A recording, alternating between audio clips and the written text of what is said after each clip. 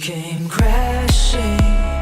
into my heart like a tidal wave.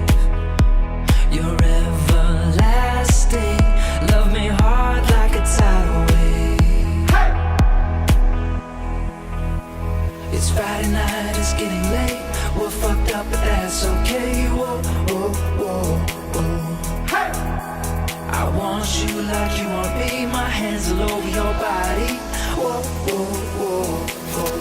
Hey! You came crashing down like a tidal wave. Hey! You came crashing down like a tidal wave. Hey! Hey, hey, hey, hey.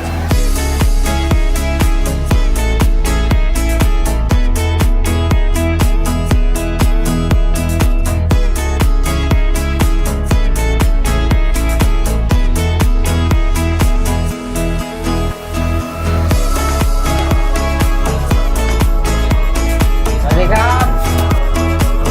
ผมเซนูเรือพายสุทธิยินดีบริการครับ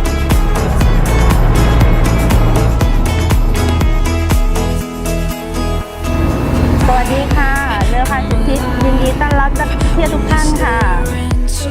ที่เรือบรรจุผู้โดยสาร 35 คน มีสโนว์เกิลมีเสื้อชูชีพในสิ่งที่อำนวยความสะดวก แล้วก็ความปลอดภัยที่นอนมีห้องแอร์มีบรรจุได้15 คน แล้วก็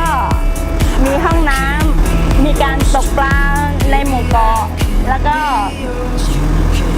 มีช่วงกลางคืนมีตกหมึกค่ะ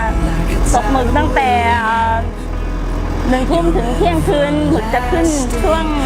ประมาณนั้นนะคะแล้วก็ถ้าตกปลาก็มีแนวท่อมี